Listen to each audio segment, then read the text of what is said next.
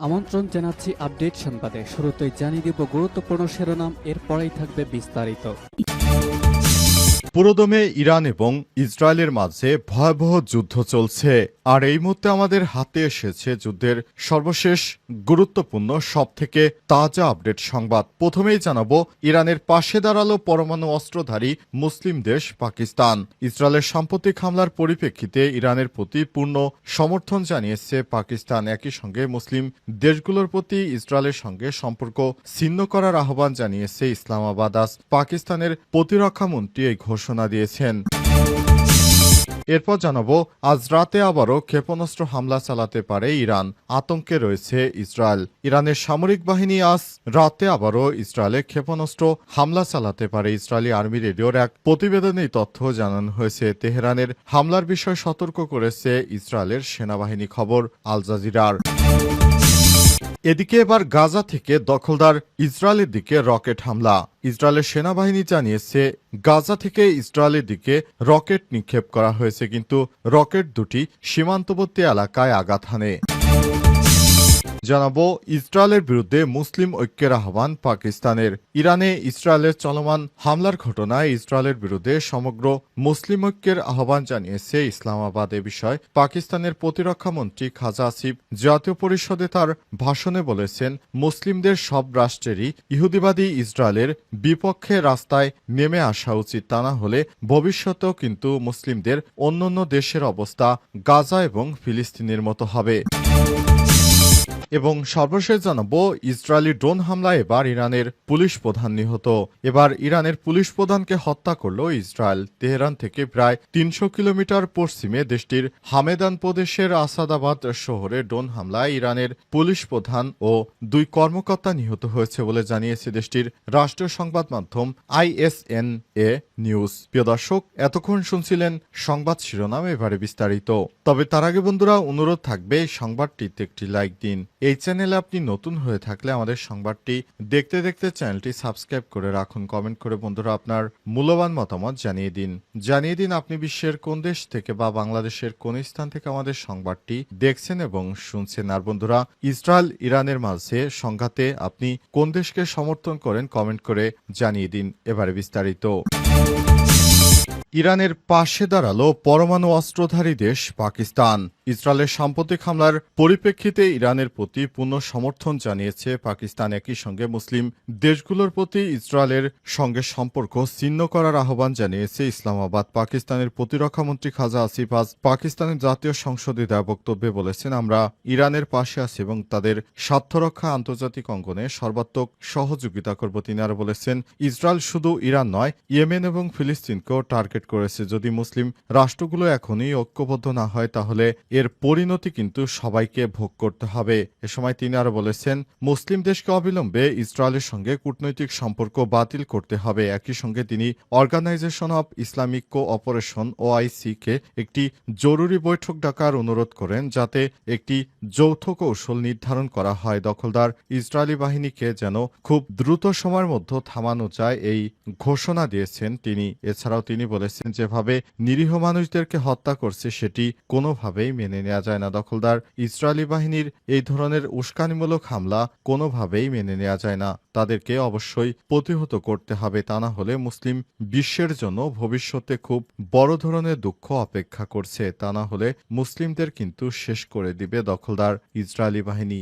দখলদার বাহিনীদেরকে অবশ্যই থামাতে হবে, তাদের থামতেই হবে। তাদের না থামানো পর্যন্ত মুসলিমদের থামা যাবে না। মুসলিমদেরও দখলদার ইসরায়েলি বাহিনীর বিরুদ্ধে প্রতিরোধ গড়ে তুলতে হবে, তা না হলে তারা আমাদের যেভাবে ধ্বংসযজ্ঞ শুরু করেছে, ভবিষ্যতে মনে রাখবেন প্রত্যেকটি রাষ্ট্রে কিন্তু এক এক করে তারা ধ্বংস করে দেবে। এটি সময়ের অপেক্ষা মাত্র।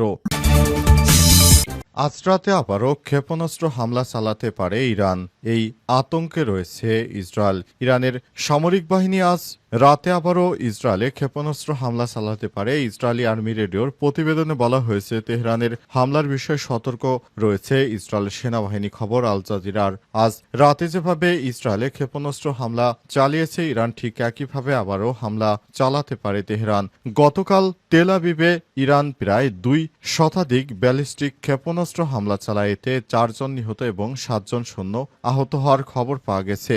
এর আগে শুক্রবার ভোররাতে ইরানের রাজধানী তেহরানে বিমান হামলা চালায় ইসরায়েল। ইরানের পারমাণবিক স্থাপনা এবং ক্ষেপণাস্ত্র তৈরির কারখানা লক্ষ্য করে এই হামলা চালানো হয়েছে। এছাড়াও আবাসিক স্থানেও হামলা চালায় তেল আবিব। হামলায় ইসরায়েলি সামরিক বাহিনীর শীর্ষ একাধিক কমান্ডার সহ 80 জন নিহত হয়েছে, যাদের মধ্যে 20 জনই নারী ও শিশু। দখলদার ইসরায়েলি বাহিনীর হামলায় এই অব্যাহত হামলায় এখনও সচল রয়েছে ইরানের পারমাণবিক স্থাপনা। দখলদার ইসরায়েলি বাহিনীকে কোনোভাবেই ছাড় দেওয়া হবে না, তাই ইরানও ব্যাপক হারে হামলা শুরু করেছে ইসরায়েলের উপর। এতে ইসরায়েলের আয়রন ডোম চূর্ণ বিচূর্ণ করে দিয়ে ইরানের হামলায় দখলদার ইসরায়েলের প্রতিরক্ষা ব্যবস্থা ধ্বংস হয়ে গেছে। এর ফলে দখলদার ইসরায়েলি বাহিনী এখন নাকানি চুবানি খাচ্ছে।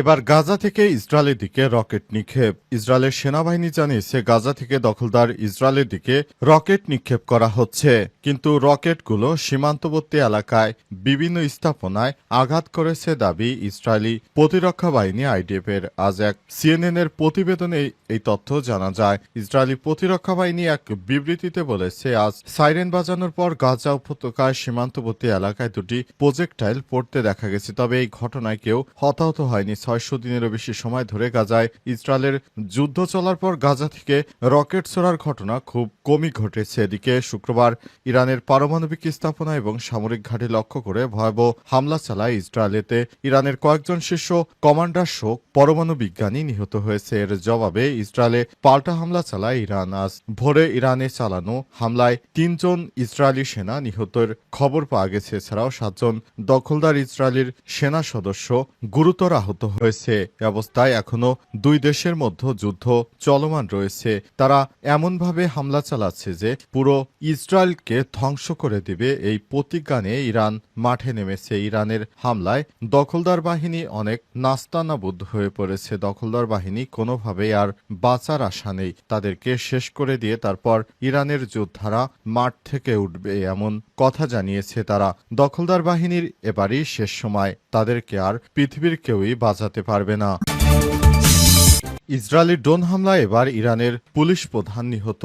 এবার ইরানের পুলিশ প্রধানকে হত্যা করল ইসরায়েল। তেহরান থেকে 300 কিলোমিটার পশ্চিমে দেশটির হামেদান প্রদেশের আসাদাবাদ শহরে ড্রোন হামলায় ইরানের পুলিশ প্রধান ও 2 কর্মকর্তা নিহত হয়েছে বলে জানিয়েছে দেশটির রাষ্ট্রীয় সংবাদ সংস্থা ISNA। প্রতিবেদনে বলা হয়েছে, হামদান প্রদেশে আসাদাবাদ এলাকায় ইসরায়েলি ড্রোন হামলায় পুলিশের প্রধান মেজর জেনারেল হাবিবুল্লাহ আকবরিয়ান এবং লেফটেন্যান্ট আমির হুসাইন সেইফি শহীদ হয়েছেন। ইরানের পক্ষ থেকে এখনও হামলার আনুষ্ঠানিক প্রতিক্রিয়া জানানো হয়নি। তবে ধারাবাহিক হামলার ফলে শহর জুড়ে নিরাপত্তা পরিস্থিতি আরও উত্তপ্ত হয়ে উঠেছে।